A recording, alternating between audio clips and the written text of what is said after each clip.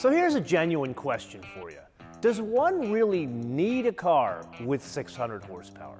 Even as a broken car guy, I'd have to say the answer is no. Which would lead us to the next question. Does one really need a car with 617 horsepower? I'd still say no. Why? Because one absolutely positively needs a car with 627 horsepower.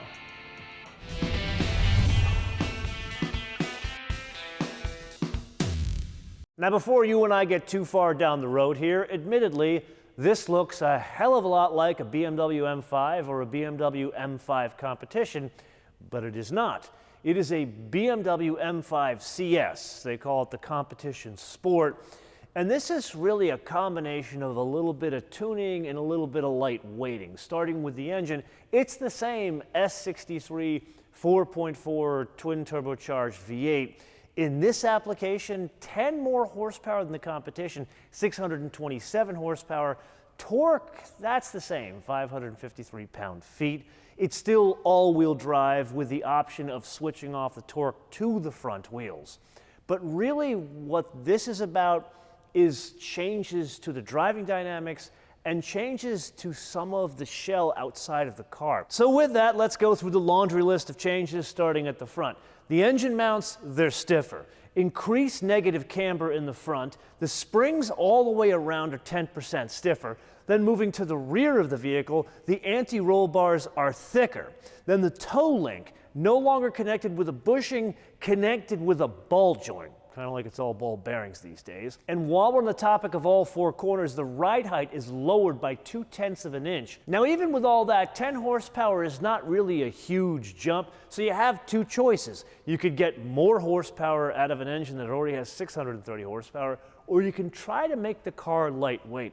So BMW kind of went the Lotus route here, and some of the body panels have been changed. Now, we've seen in other BMW M5 competitions a carbon fiber reinforced polymer roof, but what they've changed now is the hood is carbon fiber reinforced polymer, the air dam, the diffuser in the rear, as well as the rear spoiler, and then to round it all out, the mirror fairings are even carbon fiber reinforced polymer. Now, will that have an impact on fuel economy? I think not. 15, 21, 17 combined, but wow, oh wow, performance figures. That's really where this changes.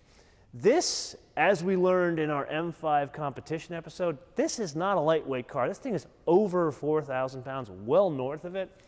0 to 60, 2.9 seconds. 2.9. That's like 911 turbo territory. And VMAX, again, for a large sedan, 190 miles an hour. After a long hiatus, once again back at the BMW side of the track at Thermal, this time with something incredibly special because it's not exactly the heaviest thing out there. 4,114 pounds, or depending on how you express your weights and measures, 1,866 kilograms. Now, for the avoidance of doubt, all the bits that we just discussed that change from the M5 competition to the M5 CS, that reduces the overall weight of the car by 230 pounds, which, when we go into Sport Plus mode, we will notice a huge difference. This thing, oh my God. It's not really about the weight. God, this is a fast car. This thing, that's about $120, $125, $130. Let's slow down here, brake. This is not about the extra 10 horsepower. 617 was more than enough in the M5 competition. This is the tuning of that engine as well as the transmission. So you and I have discussed the 8-speed ZF that's in BMWs a lot. But really what's special about it is not that it is a transmission supplied by a tier 1 supplier that's good at transmissions. It's the tuning BMW brings to it. So you take the same transmission and you put it in a Jaguar, it's good, but it's not remarkable. Here, matched with that 4.4 twin turbo, it is otherworldly. This thing is, God, this is good. But it's the tuning that changes it, not the actual transmissions. Like, for example, I actually want to change the gears myself on a torque converter automatic. People, that does not happen very often. That's why this is good. And really, this being a track car, you really want to do that. But then there is a bit that adds to it. All that lightness, the fact that we have a carbon fiber roof, carbon fiber hood, or really what a carbon fiber reinforced polymer, you hear this more. This thing sounds nastier. So yes, it's quick.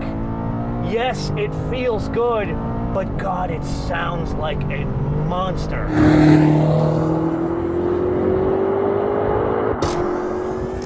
Yes, it is indeed that time again to play your favorite game on the Options game with today's contestant, something the folks in Munich are billing as the most powerful and simultaneously quickest road-going BMW ever produced.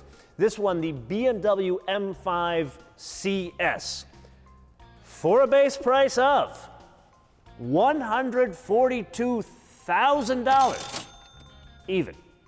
Now you're probably scratching your head thinking, wow, that sounds like a lot of money. Well, let's say for the sake of discussion, we were to go over to the cheap seats of the BMW M5 world, the one with the measly 600 horsepower. That would be $103,500. Now, I will admit, BMW is saying this is a one-year-only car, but Kumo, he tried to get his friends up at BMW North America in New Jersey, as well as his friends at BMW in Munich, to say anything about production numbers. Because we're thinking this has got to be a limited production car, but nowhere in the documentation and none of Kumo's connections would say anything about production run. And if we're reading the tea leaves correctly, will this be a limited production car? Maybe. Will it be limited production like a Porsche GT car? Probably not. With that, we need to press on to the only factory option fitted to this car, and that would be the stunning frozen deep green metallic BMW individual paint. This Santa Maria Madre de Dios, but I do need to complain about one thing. There's no contrast. From what I understand, there is only this black with the red trim on offer in the BMW M5 CS. The trim is nice, but there's no contrast with this stunning green. If I'm gonna pay $5,000 for paint, let me pay a little bit extra and get like a saddle or something that would look really good and make this car pop.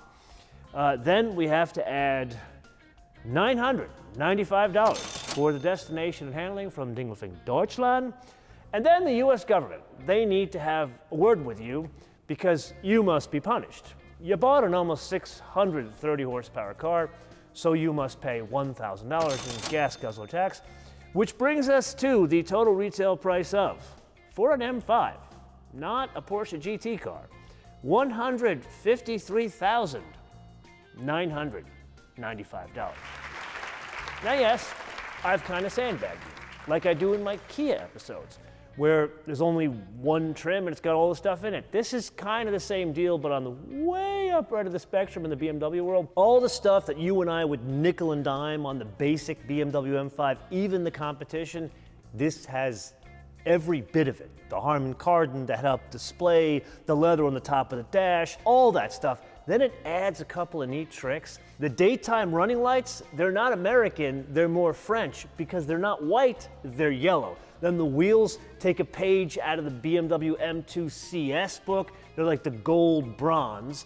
Then the interior, that's where the biggest change comes about. This has not the usual interior of a BMW M5.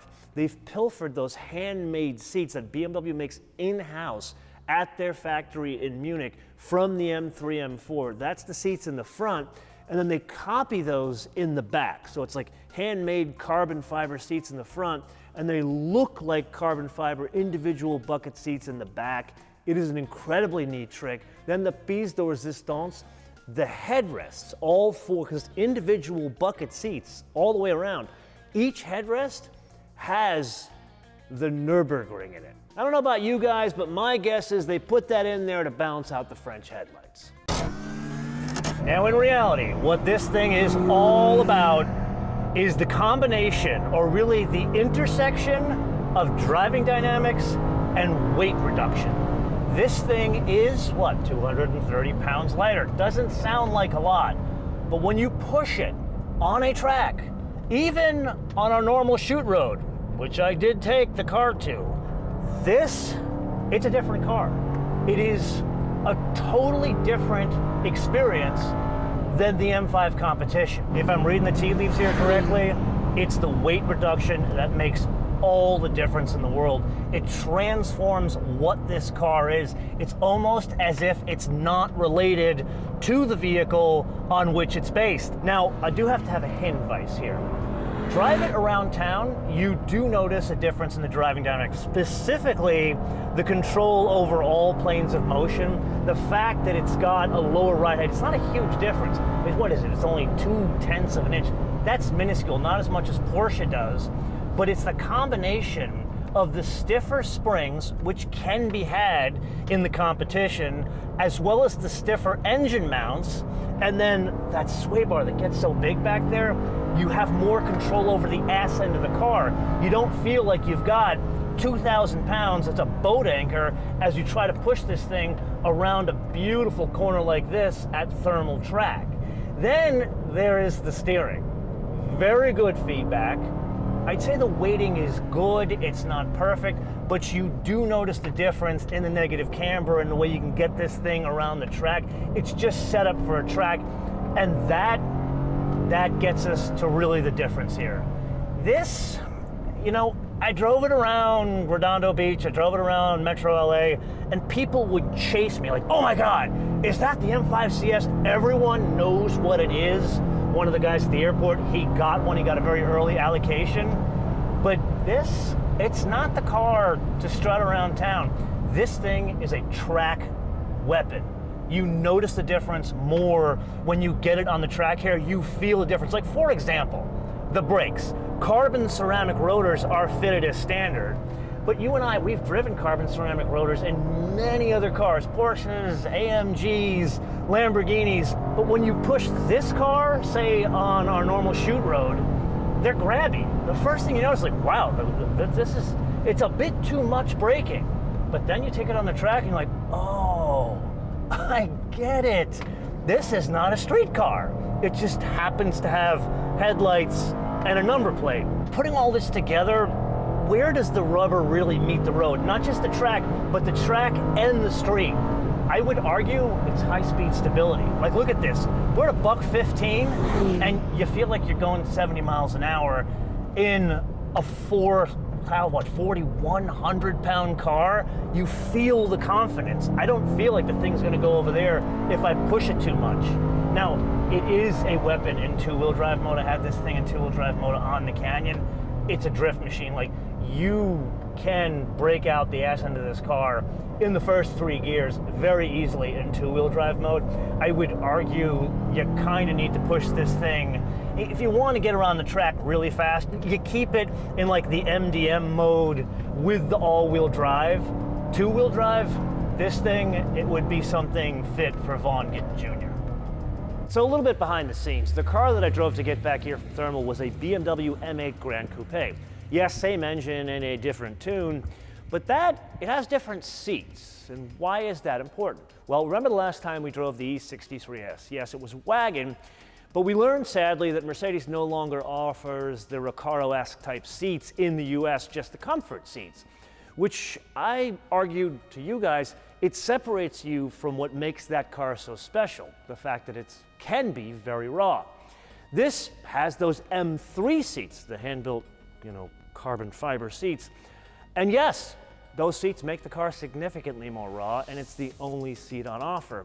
But I would argue the seats, that's the theme of this whole thing. Not about that engine. It's about the very small changes that amount to more than the sum of their parts, and what you are communicated throughout that whole vehicle, not just with the seats, but that's the entry point for the driver.